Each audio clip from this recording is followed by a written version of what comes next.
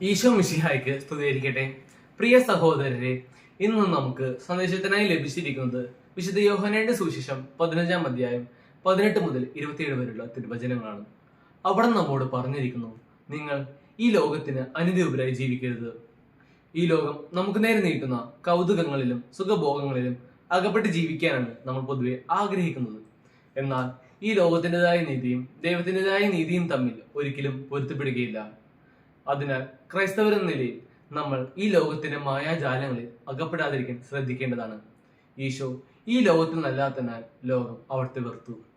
അവിടെ നമ്മെ ഈ ലോകത്തിൽ നിന്ന് തിരഞ്ഞെടുക്കുകയും ഈ ലോകത്തിന്റെ നീതിയിൽ നിന്നും വ്യത്യസ്തമായ നീതി നമ്മെ പഠിപ്പിക്കുകയും ചെയ്തു. അതിനാൽ ലോകം നമ്മയും വെറുക്കും. മുന്തിരി ചെടിയോട് ചേർന്ന് നിൽക്കുന്ന ശാഖ പോലെ അവിടത്തോട് ചേർന്ന് നിന്ന് നമുക്കും ഫലം പുറപ്പെടുവിക്കാം.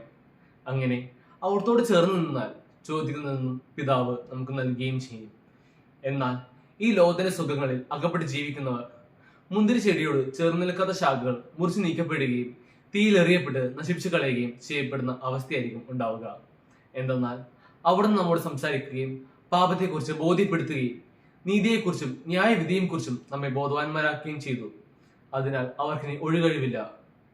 ഈ ലോക സുഖങ്ങളിൽ അകപ്പെട്ട് ജീവിക്കുന്നവർ എന്നെയും എന്റെ പിതാവിനെയും ഉപേക്ഷിച്ചിരിക്കുന്നു.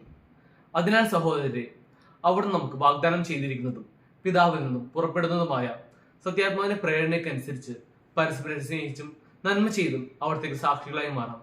ഈ നോമ്പുകാലത്തിന്റെ ചൈതന്യത്തിൽ ജീവിക്കാനുള്ള കൃപാവരം സർവശക്തനായ ദൈവം നമുക്ക് നൽകട്ടെ എന്ന് പ്രാർത്ഥിക്കാം. നന്ദി.